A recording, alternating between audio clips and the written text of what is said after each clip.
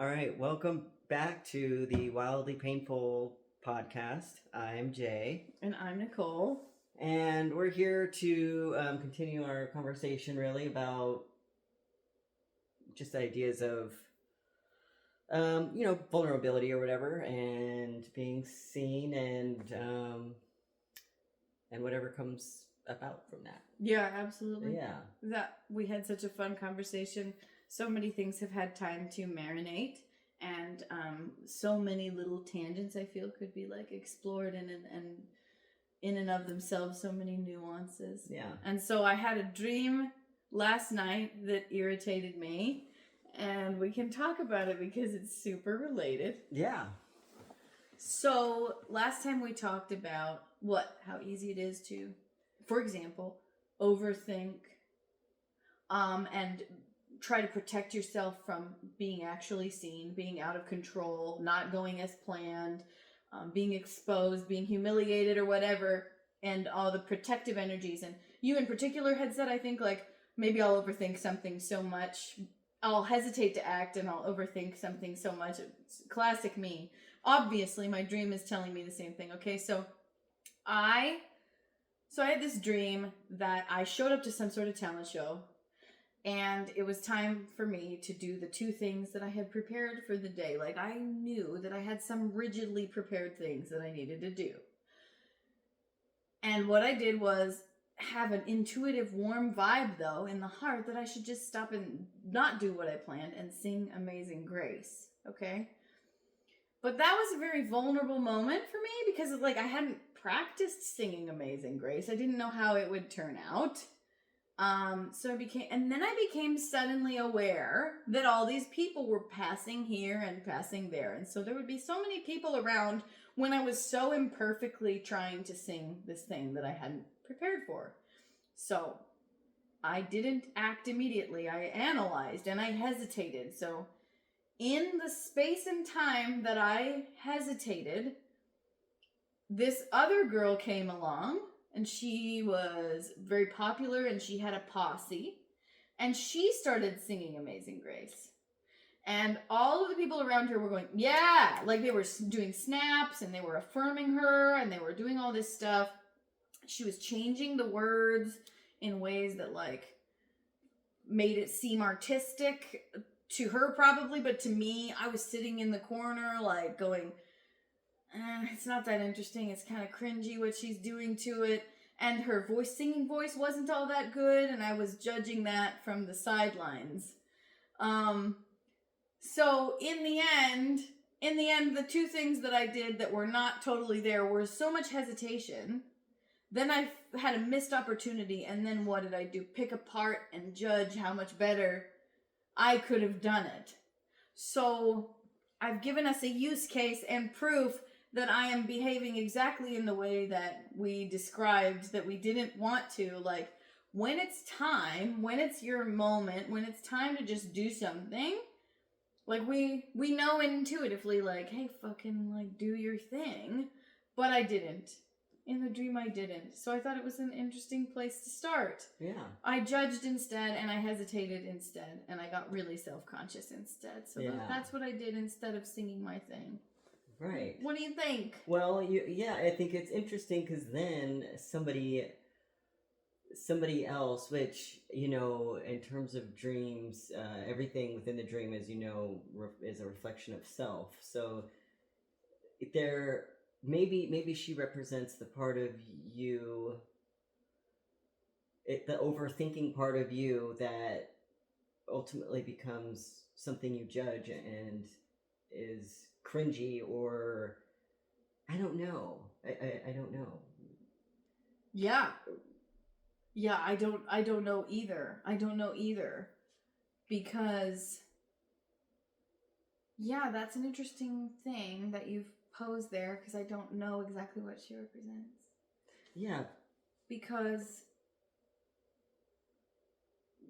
like, if I had acted, let's say I had acted right when I had the hit to do that. Yeah. That would have been the right time to act. It wasn't perfect, but I was following my heart in that moment. But she had so much support. I don't know, like Yeah. it almost, I don't know. The way I was thinking about it was she represents the doing it for maybe the wrong reason. It's like she can't fail because her posse's around her and they're affirming her. I don't know. I'm just poking around. No, yeah, I think that's true. But I think that your judgment of her in the dream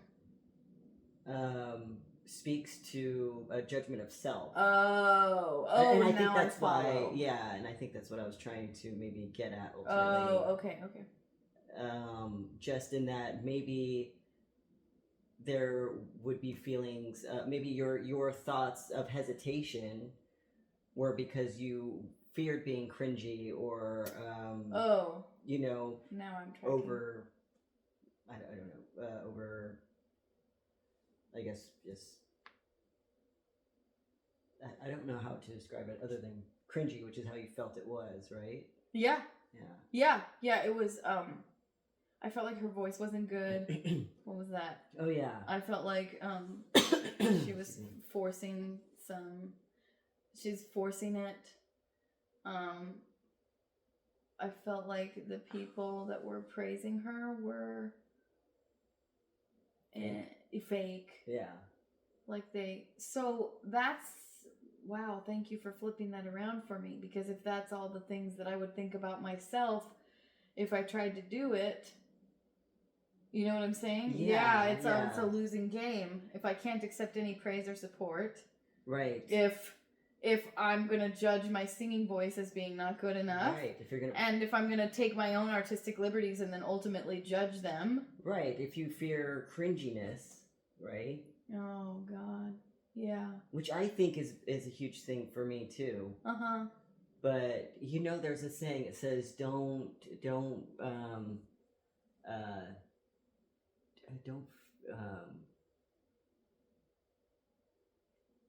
get rid of being cringy, but get rid of the part of you that cringes." Okay. Yeah, something like that. Do you know what I mean? Yeah, I love that. I'm just saying it wrong, but it's that's okay. To that effect, yeah. Yeah. Oh my God. Absolutely. Yeah, because I mean, I don't know. I feel like the people who don't give a shit about that are the ones who ultimately are successful in some way. Like, you know? Yeah. Even if it's just within themselves, so I don't know. Yeah, absolutely. No, I love this. I'm happy that you helped me understand what you were saying.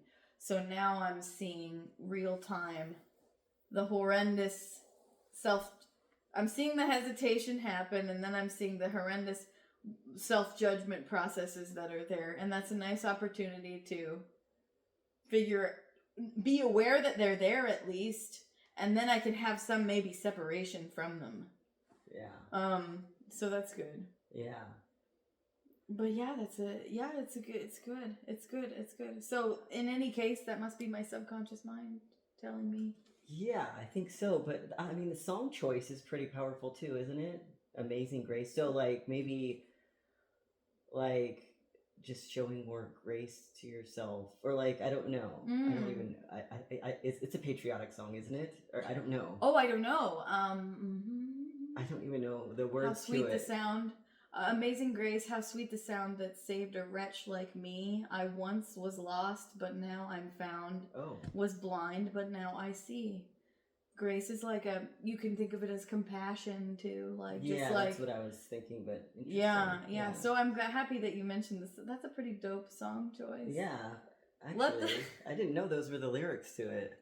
Potent. I guess, like, I used to think of it as a Christian song, and maybe the other verses have some Christian-y things going on. I don't remember the other verses, but yeah, I'm happy that cool songs want to come through my heart. Now I just gotta stop fucking blocking them. Yeah. Yeah, well, that's a case study. That's a case study, and it shows you how quickly that it can happen. I just got a little freaked out for a second how many people were there, and I just felt a little exposed. And then the opportunity is that fear is, if you give fear the space and time of day, there it is. Yeah. It didn't matter how long I sat there. I want to tell you that it happened so quickly. That's what I wanted to say when I started talking this point. But if it was 2 seconds, 2 minutes, 2 hours, I was listening to the fear. So it wouldn't have mattered. Oh.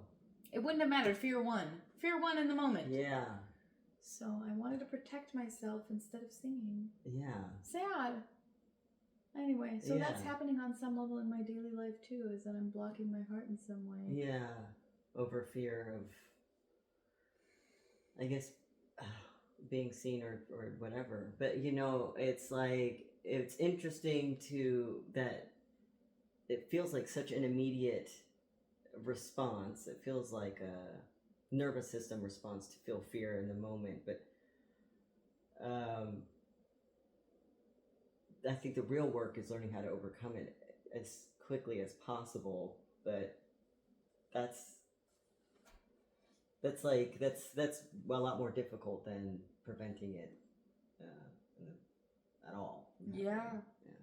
Beautiful. Yeah, absolutely. Like you had said in the last episode, like that you had successfully countered the thoughts. Right, when you talked about how you were afraid your voice was going to shake, and you were like, let it shake, and then it lost its power. Yeah, my entire nervousness just kind of left me completely. When I said, well, who cares? What if everybody in here is like, wow, he's nervous? Then what's the big deal? Like, you know, just be nervous. Be nervous. Yeah. Oh, God, I love it. Yeah. So just sing and let it be bad, you know? Yeah. Yeah. Then you go home going, that was good. You know what I mean? Yeah. Like, you're so proud of yourself if you show up and do it wrong. Yes. And you're so kicking yourself if you don't do it. Right. And that's the thing, like, we think we're protecting ourselves, but we're just putting ourselves in a delayed pain, you know? And it's a prolonged background thing, you know, and it seeps into your subconscious like we're truly hurting ourselves. God. Thinking that we're protecting ourselves. God. Such a farce. Yeah, I'm happy that we're talking about this. Yeah. I'm happy that we're deconstructing it. Yeah. See, it's helping me to talk about it. Even I had the dream and I had all day to sit with it, but now that we're decomposing it, it's helping absorb the lessons a little bit better. Because now we can counter those thoughts together. So what if people are here? Yes. Who cares if a bunch of people see me? Right. Then they'll move on with their day. If I saw someone singing Amazing Grace, if I walked outside on my way to the car from your house, and somebody was outside singing Amazing Grace, and they were doing it kind of bad or kind of cringy, I'd maybe watch. If I liked it, maybe I'd listen for a while, fold my hands and listen. Yeah. Or maybe I'd be like, I'm fucking tired, I'm gonna move on. But I'm gonna be moved on from that moment in my life either way. But it's a big moment maybe for that person. Right. I don't know, like, how did we get to where other people mattered so much? Because they clearly do matter. Other people matter to us more than we matter to other people. At least I'm speaking for me right now. Yes. We have a perception that we matter more to other people than we do because they have these complex inner worlds too. Right. Right. They are more concerned about themselves. Like 100% of people are more concerned about themselves than whatever thoughts we may be thinking that they're having about us, you know? Right. So. Absolutely. Yeah. Oh my God. Like, it's like it's like having a big ego being in this scenario, the ego is a little bit inflated, but it's hugely to our detriment. Like, right. Like we're over importantizing, because my example of like someone happens to be singing in 2 houses down and they're singing when I leave. Yeah. If I'm too tired, that could be the most blow away performance. But it doesn't matter because I've got my own shit going on. I'm tired. Right. Do you see how little that person matters, whether it's good or bad? Right. But I've over-personalized it somehow. Yeah. Oh, they kept... What I would do if I were the one singing and a person went directly to their car is go, I must suck. Yeah. No, maybe they're fucking tired. Right. Anyway, I'm rambling now, but it's like the personalization of the The over-importantizing, the over-personalization is hurting that. It's hurting us. So how'd that get in there? How did we start thinking that we were more important? I mean, is this okay to go in this direction? Like, how did we start thinking that we're more important than we are, such that it's hurting us this way? Is that an okay way to ask that? Yeah, absolutely. I wonder if it originally stems from like an evolutionary thing where you need to be kind of accepted by the pack, or so to speak, in order to survive. And then, but obviously, now in modern times, we're subject to, media and all of that programming that's kind of telling us, hey, you need to like be accepted in a certain way, or, having this certain thing means success. And, especially like in American culture, like just the overdrive of being successful and getting the most stuff or whatever, So I think a lot of it has to do with that type of programming. Survival. Yeah, survival.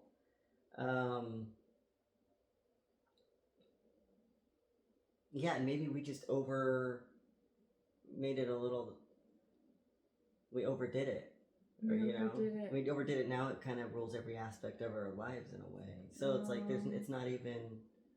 Like, I think it also affects how we view ourselves. Like, I think when I think of myself, I'm always trying to see it from how I must be perceived, So it's like, I don't even know, like, if I were to have to write about what I think about myself, it might be a little difficult for me.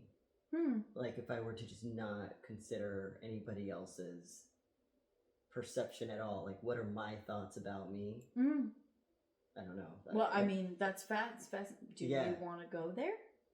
What are your thoughts about Well, I want to know, do you feel the same, or is that kind of not, or do you feel differently? I want it, like, honestly. Okay. I will be honest and say I don't quite understand. because I think I heard the part where you're asking. I wonder what my own thoughts are about myself. Yeah. And how if I ignored every other part, it would be difficult to figure out what my own thoughts about myself are. I heard that part. Is that the extent of the question? Yeah. Okay, what are my own? So you then want to know what? Yeah, if I didn't consider how maybe I was perceived by the outside world. Yes. Like, how would I even describe myself? Like, I mean, okay, I don't think I'm a bad person or anything, but like, am I don't know, a giving person? I don't know. I don't know, actually. Maybe this doesn't. Okay, yeah. Well, I'd be curious what you thought about yourself. Okay. Or I can also poke around with me, too. We can poke around in both of our own actual self-perceptions. Well, I'm curious. If you were to describe yourself... Yes. How would you do that, if that's a fair question? Okay, how would I do that if I wasn't concerned with how others perceived me? Yeah. And I only wanted to tell you what I thought about myself. Yeah, your own personal opinion about your own self. I am a process more and more that affirms myself. Okay, so we'll go in a cheesy, potentially cringy direction. Okay. But I just try to tell myself when I did something hard or challenging, or like that I did something authentically or whatever. Like, if I think back today, like I did good doing a girl's hair today, and I never done a hair before. And I think I made some meaningful moments with her, and I tried really hard in yoga. And so I'm sorry, this isn't directly answering your question, but my process doesn't really care about what I do well what I don't do well, what my traits are and attributes are, but my process just is trying to be there and see when I'm doing something meaningful for me and I'm showing up as authentically, or if I'm doing something hard and I went through something hard, I'm like, oh, you did good. I saw that. I saw you. Hey, I saw that. Or like if I'm in the climbing gym and Akshay's around, sometimes I'm like, hey, look, I'm up here. I did this. Yeah. But I couldn't get him the other day. He wasn't there. And I waved and he wasn't there. And I was like, good job. So I've gone in a cringy. Yeah, that's what when I strip it all away, if I really am trying to come into my body, I am just constantly trying to watch for good things and affirm them, whether I have a thing or not. So I don't have a perception of what's happening on the outside. Did I go on a warped? Is that a little warped? Well, that's interesting. It's kind of a left turn, and you would want to know. Maybe you want to know like what I would honestly think I would look like to the outside world, like, or traits I actually exhibit. Maybe something more fixed. Well, maybe you were looking for something more fixed. Well, what I'm realizing is I think that you and I probably experience ourselves very differently in the world, and so like I feel like I've always tried to base myself against what other people are doing so that I can be as normal as possible. I'm so happy that you said that. Yeah. Because I do the same thing. Right. Well, and so I think that by doing that, I've become an accumulation of just everybody else because I'm just trying to mirror everybody else. This goes back to the whole thing about me posting and being like, I don't know who's perceiving me type thing. So I don't know how to strip that away. I wouldn't know how to describe myself assuming I've never done that type of a process. And maybe that's kind of an impossible feat to do anyway. Do you know what I mean? Like if I was never somebody who tried to fit into the world, who would I be? Which would be who I probably am underneath it all. I'm happy that you said it because I'm fighting for that process. The one that I described. Yeah. I think I'm moving toward it. Yeah. But this comparing myself constantly against other people and feeling constant shame about not measuring up is like maybe one of my old default processes. Oh, yeah. So I'm happy that I was able to share the like healing one. Yeah. And that means that I'm moving more toward that. Absolutely. But by default, this is you've described my life. Oh, yeah, okay. I can remember doing that since I was young, and I can remember. So I mean, so your brain and maybe everyone's brain is looking out and going, where do I rank? You're not saying to do this. You don't value based on this in your heart. You're not trying to, but by default, by default, your brain is going, now I'm in a woodworking class, so let me compare myself against all these people. Yes. Now I'm at work, let me compare myself against all these people. Yes. Now I'm in all these different settings. Oh, socially, I feel less competent in this area than this other people. This is your life. This is is one of my default processes too. I wonder if this is part of the human brain as self-preservation or what. Yeah, I mean, and I think it's kind of just very similar to like what we may have been talking about this whole time in terms of, you know, are there people who exist that just don't have that type of level of awareness of other people? Or maybe it's a little different actually now that I think about it, but yeah, maybe it is just a human thing to do. I don't know, but I'm really happy that you called that out because I wonder how many people live like that. And I wonder then, now I understand and engage with your question even more deeply when you're like, if you weren't compared to other people. So another way to almost ask what you were asking is, what would you do for its own sake? what would be worth doing even if you were the only one here, or there were no validation or praise or money to be earned and we were in a different universe where none of that happened.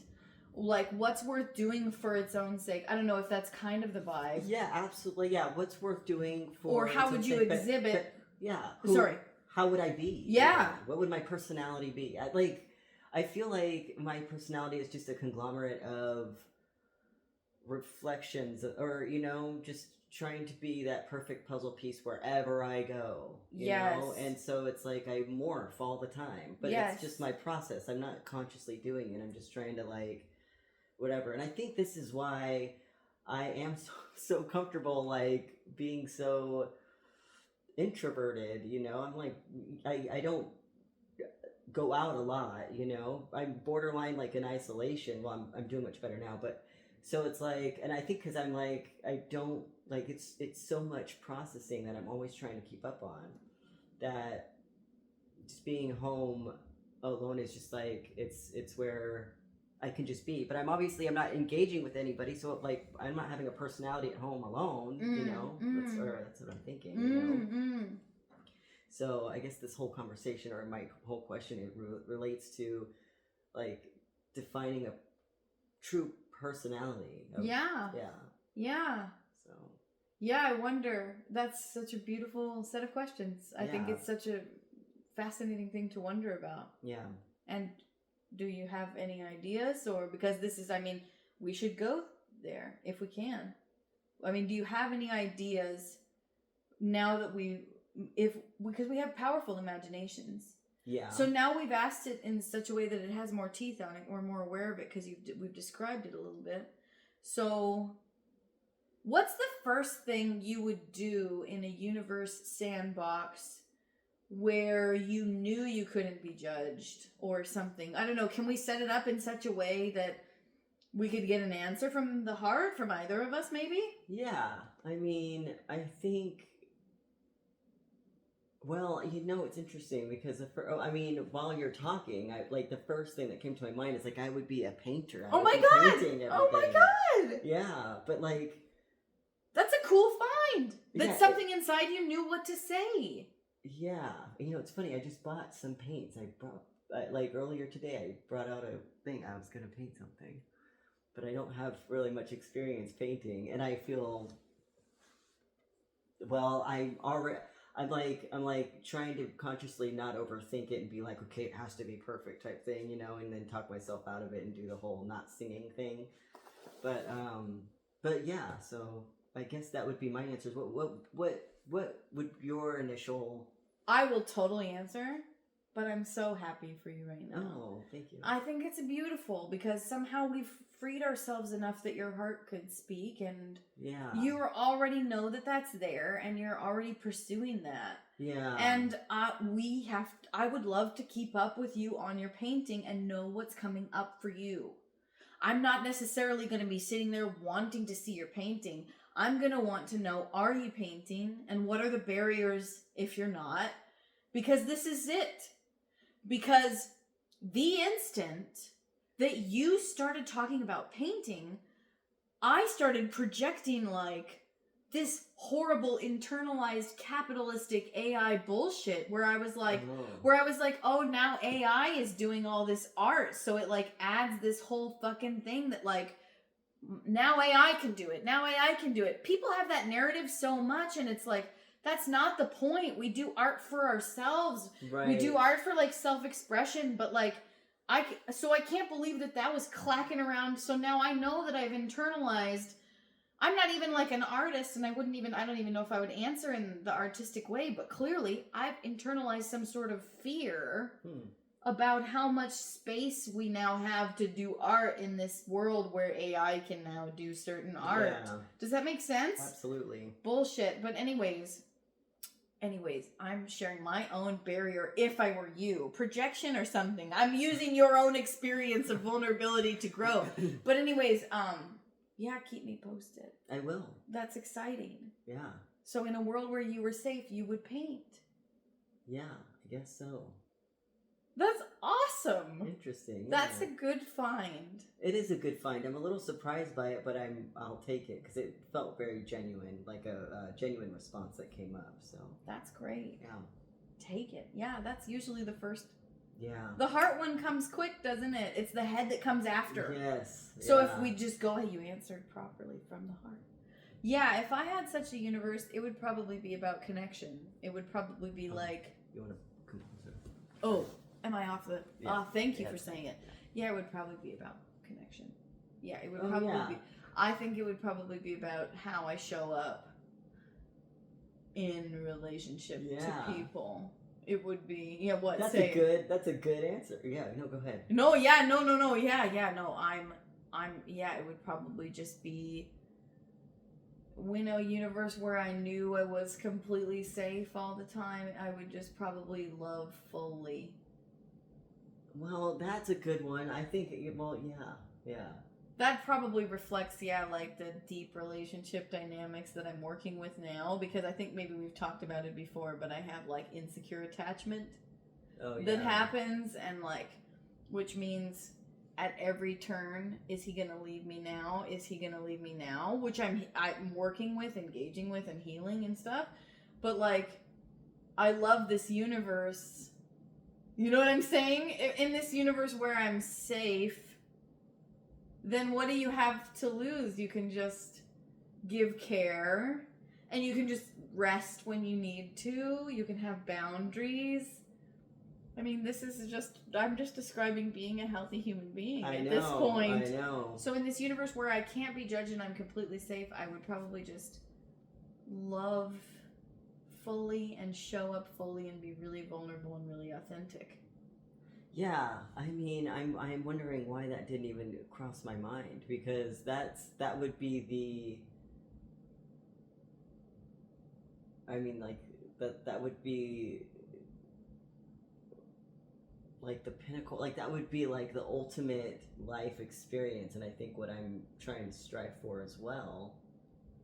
Nice. But there's nothing wrong with your answer either. Oh no, yeah. I don't feel Yeah, so I mean, when I heard you say I don't know why I didn't think of that. Oh, the painting is the same thing. Well, that's what I was thinking too, almost in the background, was being authentically myself. That's what I guess I think I do have a strong desire to create, and I think that's kind of why that would come up, because that's what I feel very driven towards, That's exciting. Yeah, that's great. You know what's funny though? What? So we're doing a thought experiment where we're in a universe where we're totally safe. Yeah.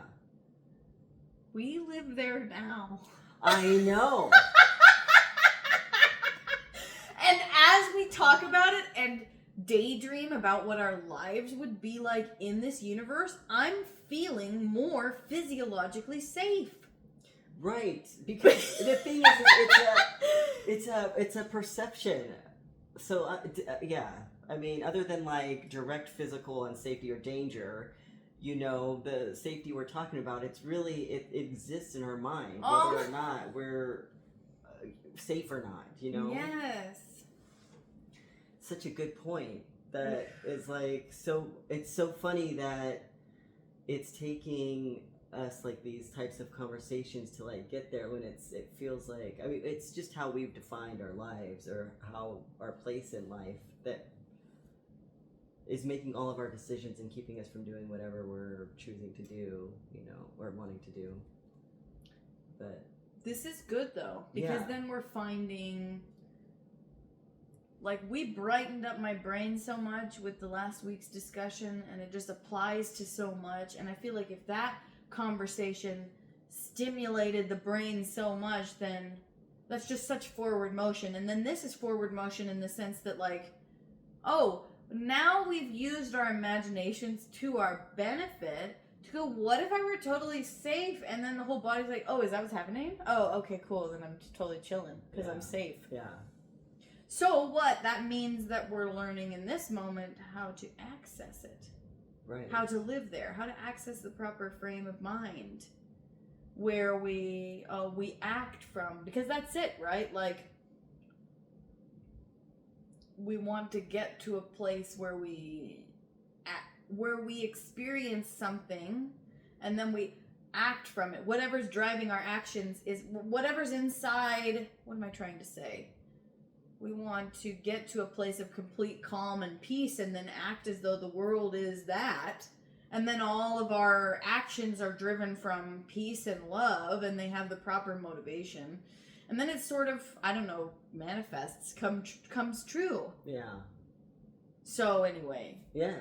I'm having one of my first physiological experiences of like, oh, this is what people are saying, but I don't think I've had the experience of cluing into it in the body or physiologically as much as this. I mean, have you felt? I mean, well, first of all, is this doing it for you too? Are you feeling, when you imagine this world, do you also feel safer, or like are you having a response in your body to this? Yeah, I definitely do. Yes, yeah, absolutely. Yeah, absolutely. It does feel safer, and I do feel it, and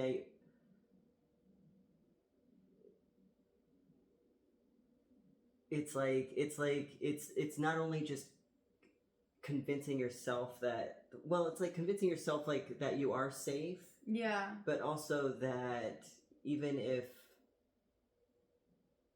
the worst outcome in your mind happens, like you're still safe. I guess that's the whole point of it. But yeah, you know, it's like yeah, safety is a choice in that regard, in a way, right? Mm-hmm. Yes, safety is a choice, but are there, I guess I'm having an experience, and I'm going to try to put teeth on that, if you don't mind. Please. Like, it's like, but are there certain physiological states that are going to make you more likely to believe in safety? Does that make sense? So we've talked about this before. We've said, oh, it's so easy to say, yeah, just go for it and be brave and don't worry about being judged, but that these things are happening in like the blink of an eye. Right. And when that blink of an eye happens, what are the factors for the decision? Yes, it is a choice because you're being presented with a scary image in your mind, and the ideal intellectually is to choose, I don't care about you, fear, but we choose fear. Why? I think awareness. We're not aware of what we're doing. I think, and then I'm proposing that maybe a nervous system state. Right. Like if you're in a really calm nervous system state, that no matter what the mind does, you're going to be like, I don't believe you, dude. Like, right. You're just tripping, dude. Like, so that's maybe what I'm experiencing now. Gotcha. And trying to poke at. Yeah, okay. What do you think? Yeah, well, if your nervous system is not going to engage with the fear or respond to it, then, well, your mind, or let's see, I guess maybe I'm stumbling on the understanding of it. Oh, so. yeah. Well, I'm speaking from like a feeling in my body where we started doing a thought experiment and we're like, what if we were totally safe? What would we do? And then I started answering from it and I started smiling and then I started just feeling energy flowing and I started going, oh my God, we like live there. So I feel like I'm having an experience of physiological safety right now. And I've had these experiences before, but I just don't think it's very common for me to have like a calm, flowy, chill feeling in my nervous system. It's usually tightened and so then I guess I'm proposing that those little flashes of decisions that are like, okay, there's a picture in my mind of what will happen if I do this, I'll be judged. If I'm already clenched up, I'm already clenched up and then I get that image, I'm more likely to go, oh, I can't take it. Right. Oh, I say, you win. Right. But if I'm in that flowy, if I'm in some sort of more relaxed state, then I'm not likely to do it. So I'm just, right, yeah, it's more of like a state of physiology that you helped me access by having this conversation. This Sure. imagining like, oh, what if we were safe? Oh, what if we were safe? And then I started going, oh, like it's all our imagination that yeah, and exactly. then the imagination also, the body doesn't know the difference, right, between Imagination and real, yeah. yeah, and it goes, oh, okay, so safe, all right, chill, Yeah. and I'm like, oh, I could totally not buy into fear from this state, or maybe Right, have less yes, fear. yes. Fear will be less intense anyway. So I'm just knocking that around. Yeah, Thank no. you for helping me develop it. Yeah, that's fine. Yeah, I think like the clenched up state is like it's a path. It like paves the way for like the fear to take hold. They're in alignment with each other. You know? Yeah. So they match up real quickly and effortlessly, and it takes you for a ride. You know, just also vice versa. If you're calm, then it doesn't. They don't align. So it's yeah. Yeah, absolutely. Yeah, that's really cool. Mm-hmm. Glad you were exploring that. Yeah, that's good. That's good that you helped me access that. So I don't think I'm very calm very often. Yeah. And I don't know how that happened, but I'm glad this is kind of a healing process, just having these conversations, right? Yeah. And I don't know how a person goes from like being a chill child to like being an uptight adult, but that's definitely what's happened to me. Maybe a lot of people do that. Yeah, I think so. I think this world is full of people like I think that's very common. I think living here in this body is kind of fucked up. Yeah. Or it can be. Like I think it's kind of just rife with like those types of experiences that get your nervous system on edge or always on in preparation for something. It feels like it's a trip. It like, without trying to be victim-y, sometimes it feels really like self-fulfilling and self-defeating, because like at the end of the day, our only reality is experienced through the nervous system, and the nervous system has just like a way that it starts getting used to operating, and a set of perceptions and beliefs. Yeah. And it's so hard to shake those, even in the presence of opposite evidence. You're only as, I don't know what comes along and helps you out of. And I mean, we've seen it happen in our lives. We've made like tremendous headway in a lot of areas in our lives. And so we know that healing happens and development happens and that perceptions can shift, but like it can happen so slowly, and they can revert, and they can feel just like a slog. Right. Like, and it's like, you want to, of course everyone wants to have the perfect set of beliefs and believe in themselves and stuff, and it's like, and live to their potential, and it's just it seems like it's hard to make changes in the perception tool. It's hard to make changes in the perception tool because you're not aware of the perception tool, because you're not aware of the perception tool because you're just seeing out from it. Right. It's like it's the filter that you see life, and so yeah, it's kind of like a fish asking what water is. Yes. Yeah. Because it's all it ever knows. Yeah, and it's like, yeah, exactly. It's in this moment irritating me. Yeah, it is irritating, and it is self-defeating. It's like we're like built to work against ourselves in a way, or you know, like once something latches on, that's I guess meant to maybe protect ourselves initially, it just becomes something that's painful.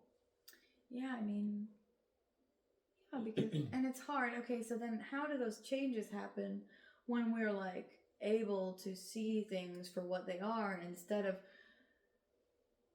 how do we, instead of them just impacting what we see, how do we go, haha, I see you? Yeah. How those changes happen is, I guess, what healing and growth is. Yeah. I think it requires a lot of like self-awareness and some vigilance in yourself, I guess, and why we respond the way we do, and maybe what's happening behind our reactions to things. And yeah, it can be a lot of like deep, it's like it can be very difficult work, especially if you're just so used to viewing things a certain way the whole time. So. Yeah, I don't know. Have you had any moments like that recently where you're able to go, haha? I mean, I guess. I don't know. Nothing's reaching out to me. Same. Really? Yeah. But it is,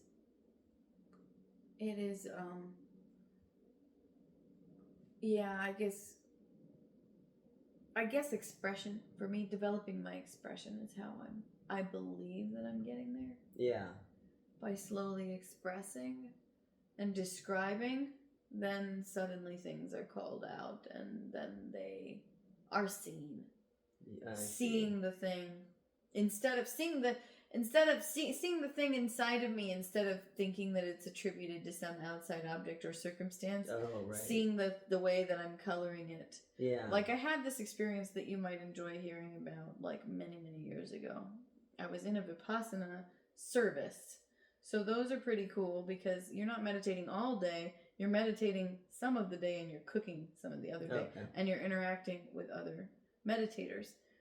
And, like, we had a conversation one day, and this guy was like, hey, like, at this point, I was describing, because I've been not very connected with my body in my life. I'm still working on that. And I figured out that I was, like, using my eyes to, like, move. Instead of feeling, I was, like, weirdly, like, using my eyes probably, like, to scan my body. Oh. So I started realizing, oh, no, I'm supposed to be just feeling my body. Oh, which gotcha. I know sounds maybe basic, but yeah. And I was discouraged because I kind of had to start over because I had bad habits. And that can always, you know what I mean? But this guy in the kitchen was like, well, at this point, you should be able to do this, and you should be able to do that, and you should be able to do that. And you know how should energy. Right. And I was getting triggered. And at that point, like, some girl, like, left the area because she could feel that our mutual tension was happening. And at one point, I just turned inward, and I was like, we were just talking, and I'm like, you shouldn't say should to people, dude. Like, you shouldn't say should to people. I was probably trying to stand up. Like, people are doing the best they can. Like, you shouldn't should people. And then at some point, I go, God, there's just this perfectionistic energy that really needs to get it right. When I said that, I felt like an electric shock in, like, a buzz in my brain and both of my arms. Like, just from brain and out to each arm. Yeah. And then I was calm. Like, I was no longer triggered by what he did.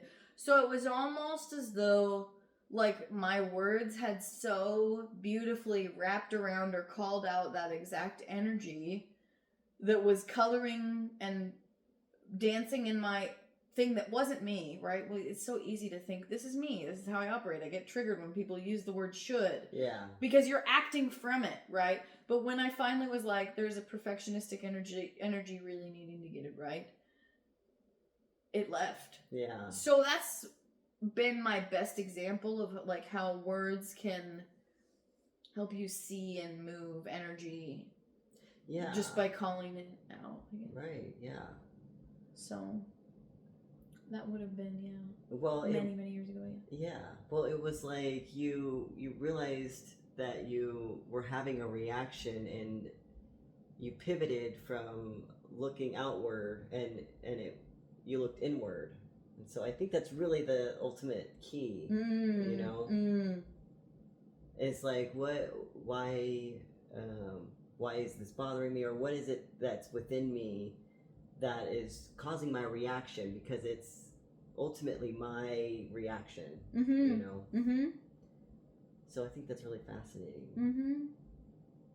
Yeah, that was fun. Yeah, and the way you described the energy feeling too. You've said that I think a couple of times, you've mentioned with your Vipassana experience, feeling like energy leaving your body and stuff like that. And that's pretty fascinating to me. Yeah, it can be good. It can be good. Just, I love that. If nothing else, forcing you to be in touch with your body. Yeah. So is that part of the meditation, is scanning your body, or is that something you did outside of the meditation? That was a conversation in the kitchen. Oh, okay. But that would be amidst, and probably the key, amidst practicing a lot in the setting of the retreat. Yeah. Okay. So when you're doing Vipassana, you learn the tools to scan your body, and you're just feeling different sensations, and you're being what's called equanimous to them. Oh. So it's basically neutrality that we learned in psychic school, right? That's neither good nor bad. It's just constantly changing. The universal truth that they're trying to get you to realize is like anicca. This is impermanent. This is impermanent. Everything is impermanent. So since things are constantly changing, we shouldn't go, oh, that's so, what a good memory. That was so awesome. I want more of that. And you become like more, or like, oh, that was a bad memory. I really don't want to feel that. I really don't, like, I hate that guy. I hate that guy. Like, these emotional reactions. Oh, I'm afraid of that. Oh, I'm so angry about that. Oh, God, that was so wonderful. I can't wait to have that again. Oh, man, why didn't he call me back?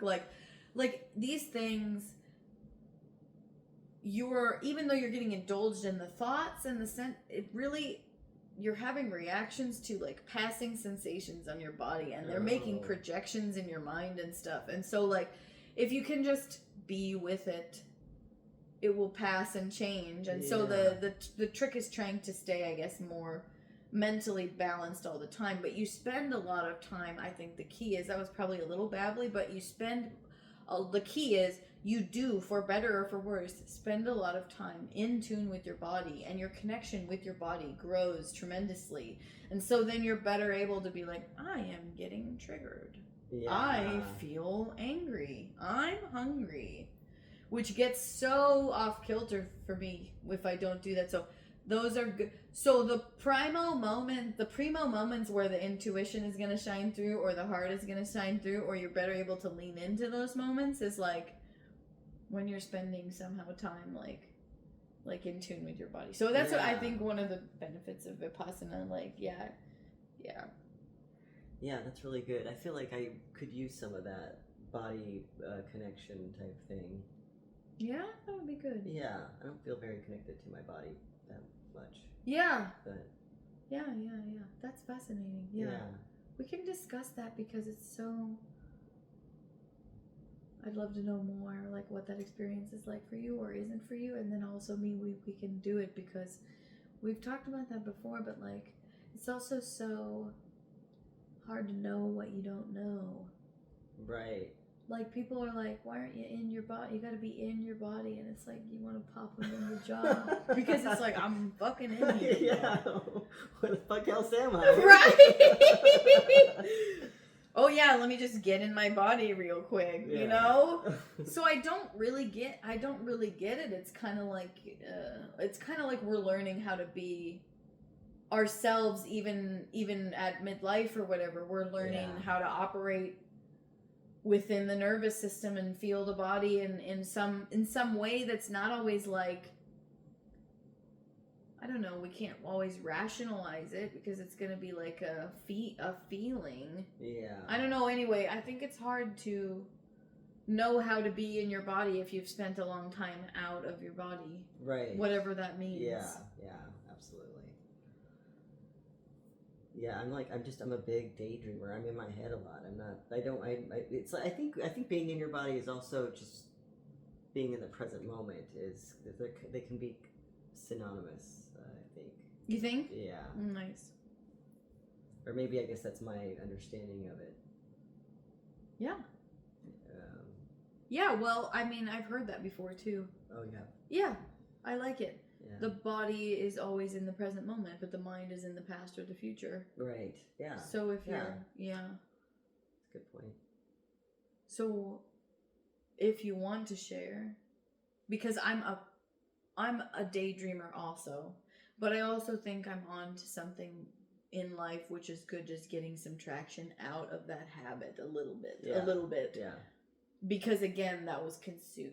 I can remember times when I've been so consumed by daydreams, but I'm not saying that happened to you, but I've been on like subreddits called like maladaptive daydreaming and stuff, like where I'm trying to like recover from. So anyway, I've had daydreaming addictions, is what I'm trying to say. So Okay. anyway, I'm asking you though, if you want to share anything, like what's the quality or character of your daydreams?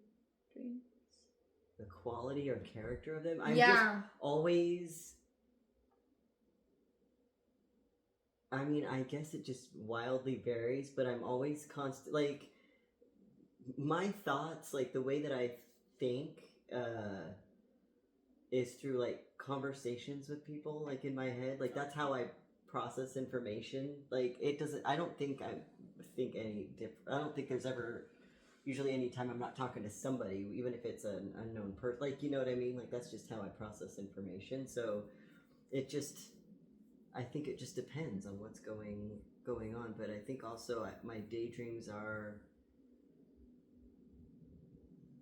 me being more out in the world and doing more shit, doing shit that I want to do. I almost feel like I am out in the world doing all the shit because I've got such a world built in. So nice. Perhaps that is maladaptive daydreaming, and I need to be in recovery myself. Nah. But I mean, generally speaking, I would say that.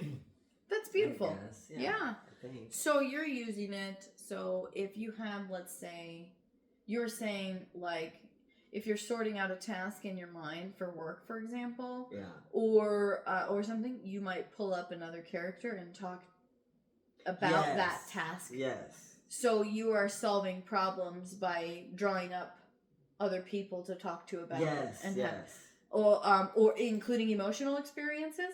Maybe do you ever have? Yeah, do you have arguments with people in your head like I sometimes do? Oh God, all yeah. the time, yes. And they're so good. I'm such a shit talker. It's like, yeah, but everything goes in that format. Nice. And it's just how I think. I don't know. But I've read that there are, you know, I don't think that's very uncommon, or maybe not even common, but it's a thing. I think the way some people think, I guess. Yeah. No, I should try it, because if I'm having so much of a better time retaining and processing things when I talk to people, if I picture people and talk to them, maybe it'll expedite some of that processing. Maybe I should try that shit. It's funny. I'm thinking as a tool. That's imagination as a tool there. Yeah. And then when you have your daydreams about you out in the world, what's different from that Jay Bartlett from the real Jay Bartlett? Probably just, I don't know, I'm very funny. I'm very outgoing. Do you know what I mean? Yes. I'm like the best person ever, right? Yes. Like, I'm the hero of every story. Do you know what I mean? Yes. Jay Bartlett to the rescue. No, yes, I feel you. I feel you. Oh, that's funny. Yeah, Sarah Lovett asked me the same question many years ago when really? I was doing daydreaming, and I was doing much more daydreaming. And she's like, "Well, where do you go?" And I'm like, "Oh, I guess where everybody loves me." Yes, I am exactly. Yes. Everybody loves me there. I go where they love me. I go in that universe we talked about in the beginning of this conversation, where I'm totally safe and, you know, whatever. And I'm just, exactly. Yeah. Yeah, because what's different about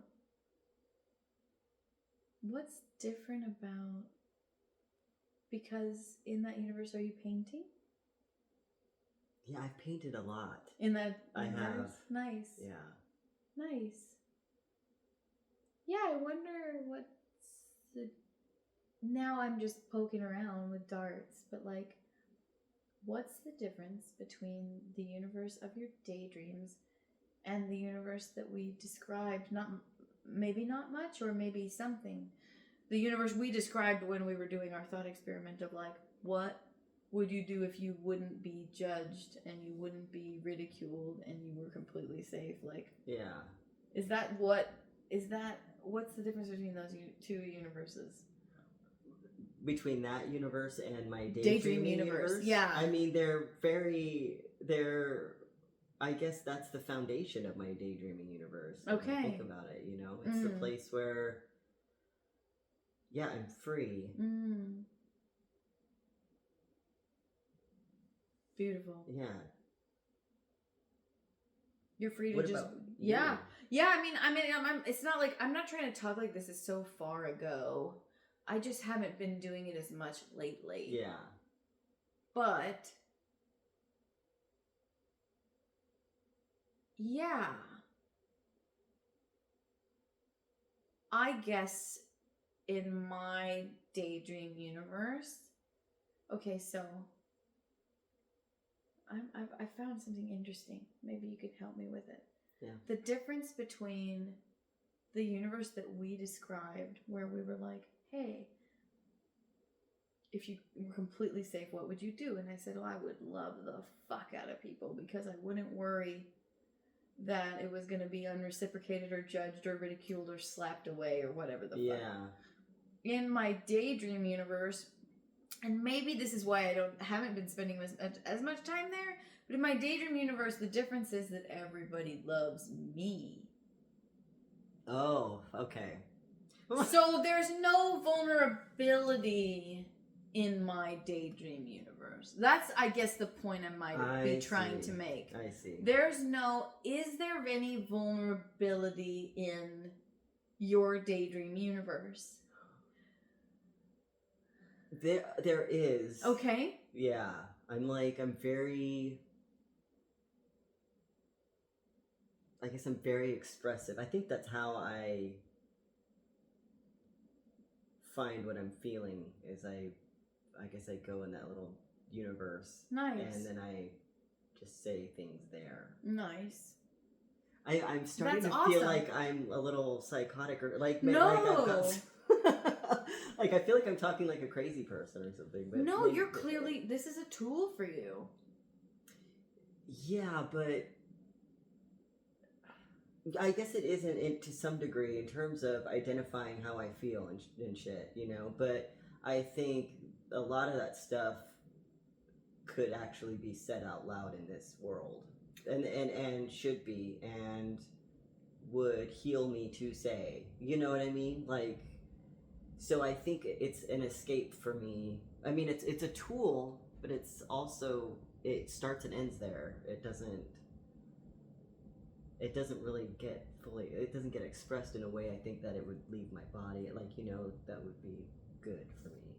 Nice. You know what I mean? Yeah, well, it's super good, I think. I think it's great that you're realizing, oh, this is my sandbox, and I can figure it out, but there might be more that I want to bring over to the world. And that's, I think it... Yeah, exactly. I think it's beautiful. I think it's a beautiful finding. This is my safe place. This is my safe place. But I said this thing in this way about this or that, and I need to say that in some way in the real world, and I want to take that risk or whatever. Yeah. Because I think the difference may be between another way that I've come back around to think about it. The difference between our daydream worlds and if this universe were with safety, is it we're still actively in this, then we'd be in a real universe with real people, and we don't know how they're going to respond. So there would still be unknowns and vulnerabilities. But in our daydream universes, we can program everybody to respond exactly how we want to. So there is no surprises or pushback or like backfiring. Yeah. There's no vulnerability because if we say, we can have everyone respond warmly. Yeah. Does that make sense? Yes. Yeah, or get us, or understand us. Right.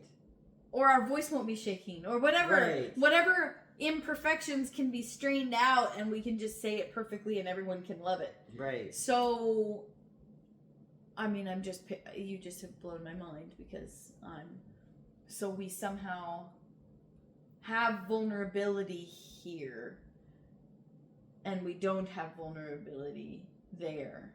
Right, and the vulnerability exists in other people's perception of us, right? Oh, did you just? This is the whole thing. Whoa! Like that's the safety element of it. In fact, when we constructed our universal thought experiment, the whole thing was that there was no judgment. We'd be free from like it's yeah, to go into a place where you control people's perception to where they all love you, like, and respond in the best way. Yeah, that's like, yeah. I mean, no wonder it's an addictive thing, you know? I mean, no wonder it's just become like a safe place or whatever. God.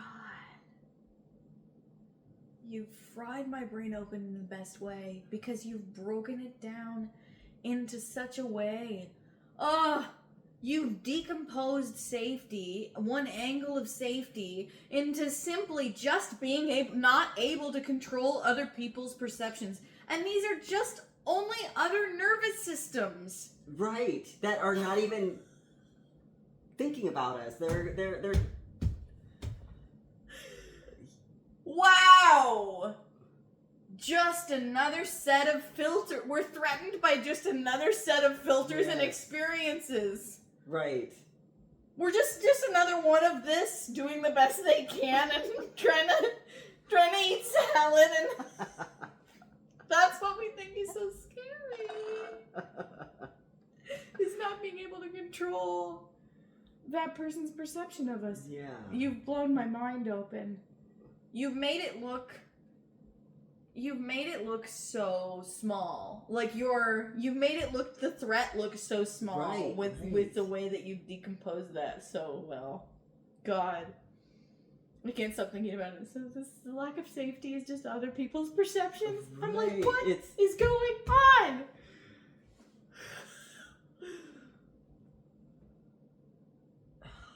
How is that not safe? And it is so small. I know.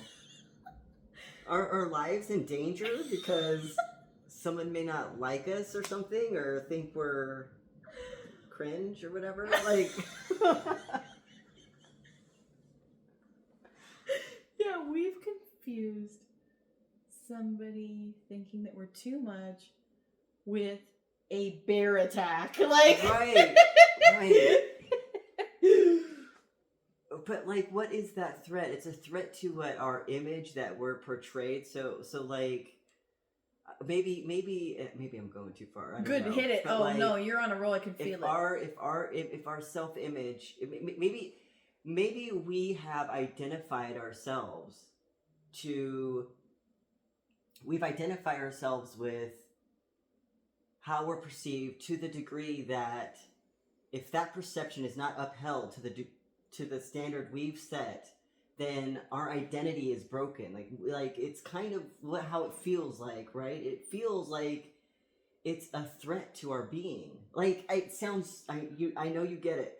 It sounds so silly to say it out loud, but it actually does feel that way, right? And it's because we've identified ourselves with it. We are saying, I am one with how I'm being perceived, right? So, and the people that don't have this struggle, they own who they are despite how they're perceived. They just have created that safety in their own mind. And for us, for some reason, the safety lies in the perception, right? Yes. Holy fuck. I kind of... No, like... Yeah, okay. That was a mic drop moment. Yeah, I can feel like you're on a roll right now, and it's really clicking. Yes, but that's... I feel like that is kind of like the answer, or like the key to like everything is what we identify with. And then the crumbling of it just feels so life-threatening. Yeah. Yeah. It's just like, it's like being identified with your ego And then I think that's probably why so many teachings and philosophies talk about just deconstructing the ego, or your attachment to it at least, is so that you are no longer putting your worth in the hands of a perception.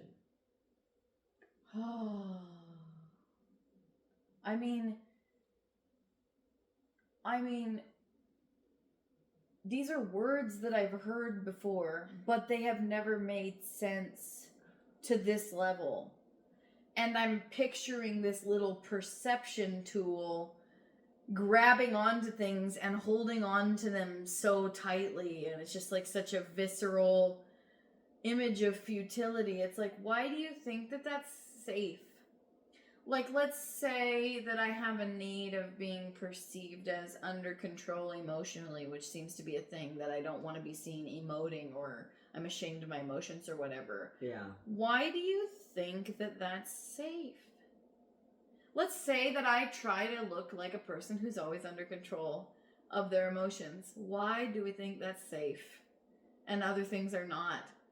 It's just, I'm just really in touch with the futility of what you're describing right now, right? And it's exciting me. Yeah. And I'm going, what an illusion anyway. Right.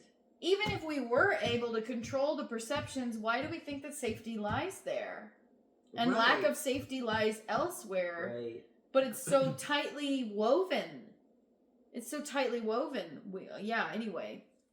Well, it makes me wonder if, and I know you were just giving an example, but I wonder if there are experiences where your emotionality made you feel like rejected or something, in a place where you sought to not be, or I'm getting into like psychoanalysis. No, that's okay. Yeah, that's trauma. No, that's a good point. That's a good point. So it's like a safety thing, but like, you're right. Like, why does it feel so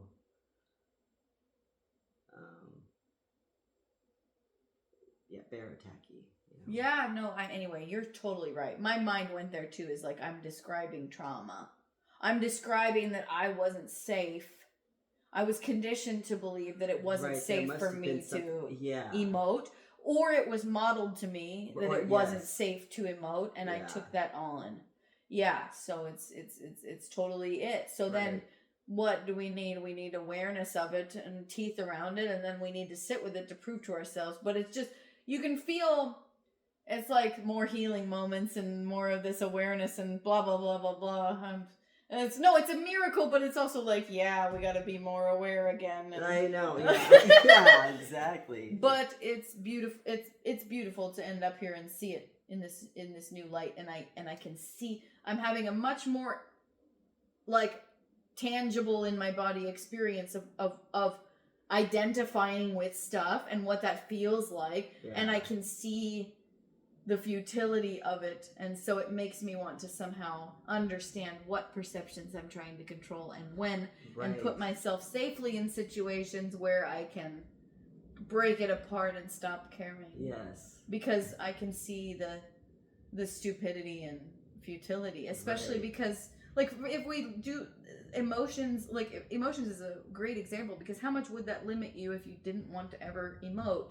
You would never put yourself in challenging situations that might make you cry. You would never, like, love. You would never do that. The futility of life in that situation is bad. Yeah. It's such a huge part of our humanness. We're really cutting ourselves out. I'm the same way with my emotions, too. It's like... Yeah. It's so interesting to think of how things would be if we were freed from that. Yeah. It's fascinating. Yeah. Should we go there? I don't know. What should we do? We should go in this situation where if somebody saw something, what about you? Well, it's hard to know until you're faced with it. And there's the conscious mind and the unconscious mind. So we might not know, but like, if somebody saw you as, if everyone was circled around you and you were exposed as X, where X is like your worst nightmare, what would it be? Or is that too intense? Is that too intense of a thought exercise? Like, what perception makes you feel unsafe? Or is this just basically laying out our trauma? Is this like too intense? I think it's probably a good exercise for me, especially right now, like just in my life. But for me, my ex or whatever is my emotionality, feeling like I'm hijacking somebody's attention or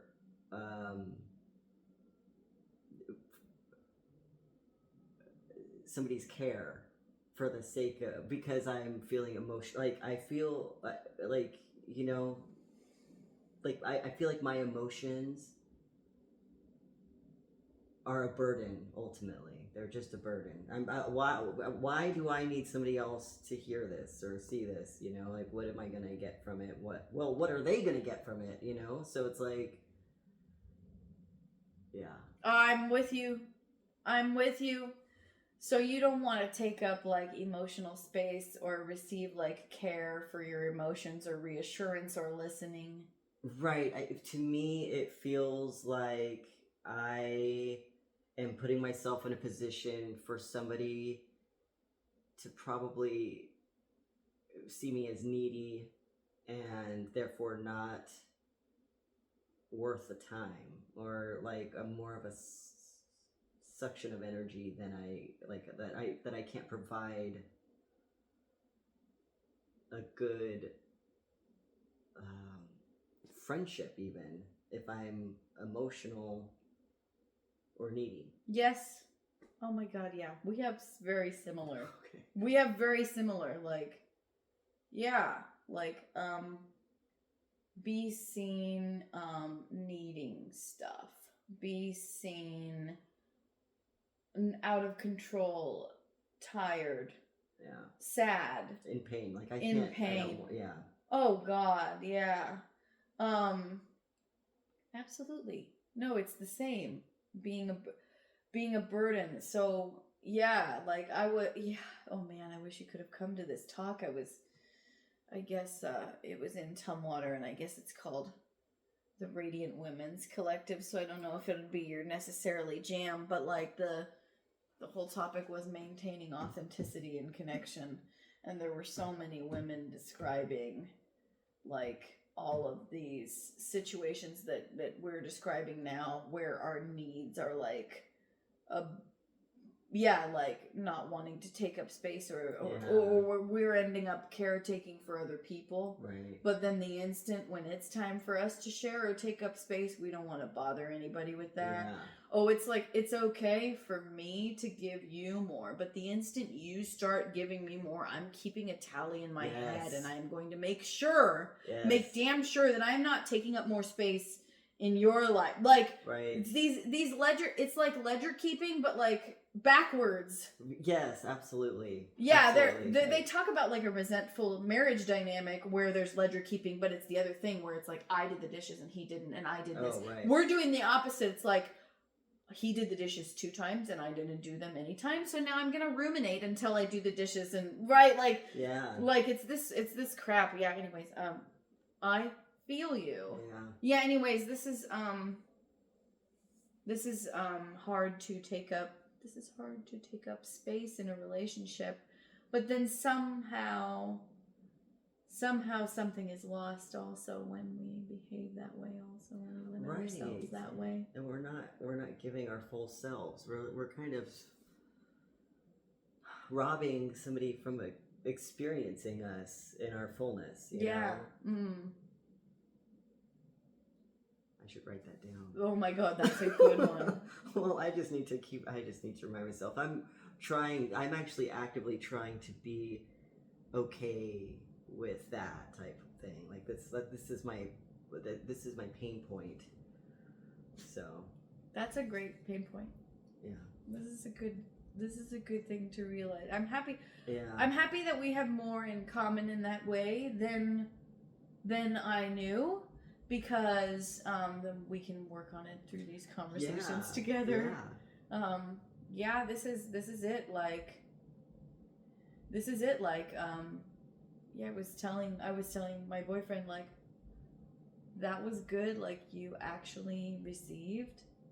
And I feel like you're never more yourself than when you're actually receiving. And you want other people to feel comfortable around you too. Yeah. And you want them to receive. So it's like, let no strings attached. Like, so you want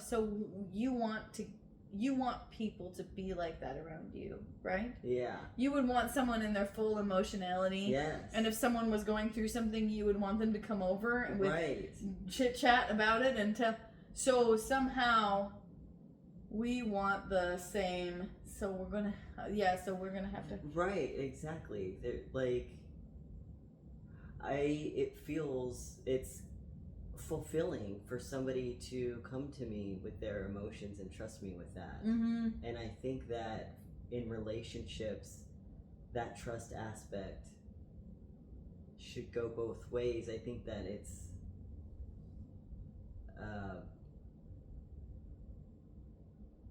it's a way of building the bond for both parties. Yeah. Right? So, Yeah. Absolutely. No, it's good. Yeah. It's good to come to that discovery. Yeah. Good, we can work on taking up space together. Yeah. And showing up fully together. Yeah. Yep. So, yeah. What do you think? Well, you think it's... You're feeling fulfilled? Yeah, I think so. Yeah, that might be a good place to go. What do you think? Okay. Yeah. Sounds This good. has been like half my face is gone. Oh, shit. Oh, well. I think well, we were both. we were both, it's that's fine. Yeah, we're good. This has been Wildly Painful Podcast, where we've delved deeper into different stuff. Yeah, a good number, yes. Into daydreams and emotions and fabricated worlds, right? Right. So, Awesome. yeah. Thank you. Thanks.